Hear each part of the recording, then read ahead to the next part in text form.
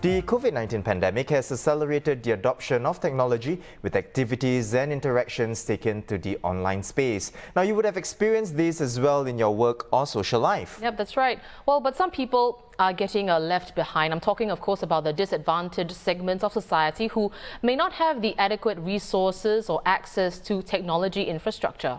The growing digital divide has spurred non-profit organizations like Engineering Good to bridge the divide. The organization was one of the participants at the Ministry of Communications and Information's first Insights Conference today. The conference brought together more than 500 industry leaders, social advocates and academia, both virtually and physically, to discuss how the government can work closely with industry and community stakeholders to chart the course for digital transformation across the economy and society.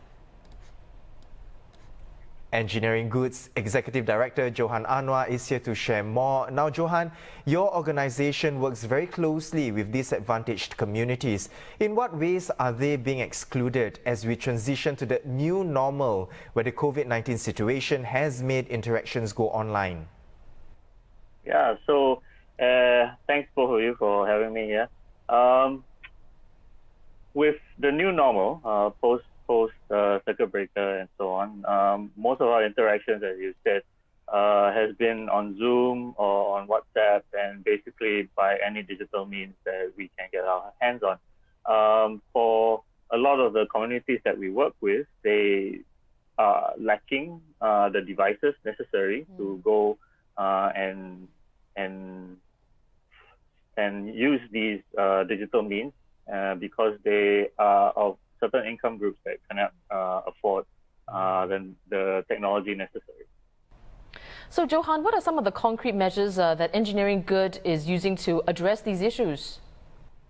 Yeah, so we have found out because of home-based learning that a lot of the children from the families that we work with do not actually have the laptops necessary. So we have been collecting laptops donated to us by both individuals and by corporates.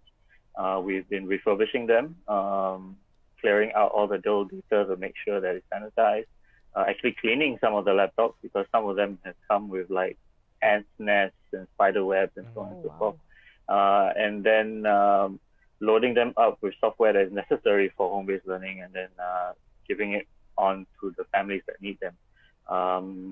So this is the first level of what we are doing in terms of giving back to the people who need help for home-based learning. Of course, with laptops, that's just one piece of the puzzle. Having a laptop doesn't mean you know how to use it. Having a laptop doesn't mean you have the internet connection to use it fully, right? So we are also working towards a digitally inclusive community where we are looking to provide digital literacy classes. We're looking to provide training for people to learn how to troubleshoot computers and printers and general IT troubleshooting. But we are also looking finally to set up Wi-Fi for entire residential blocks, for entire HDB blocks who need them. These are mainly the low income and the rental families. Right. Johan, moving forward, now technology is only going to get even more advanced and the digital divide will only widen. What else do you think can be done to bridge this divide and promote inclusion among the disadvantaged communities? What I think is important for us moving forward is to give them connectivity. I think in this day and age, what is important for people, what gives currency, what gives relevance is whether you have information and whether you are connected to the people around you. That is what makes you relevant and what makes you valuable. Now, for the people we work with, they lack that connectivity, that relevance, because they lack the equipment, but they also lack the education to use the equipment and also the equipment to use the equipment. By this, I mean the internet and so on and so forth. So I think moving forward, the first thing we have to do is to don't leave anyone behind, bring everyone up to a baseline where in terms of digital literacy, everybody starts on the same day. And by that, I mean digital literacy, but also very importantly, providing internet as a digital right and as a utility.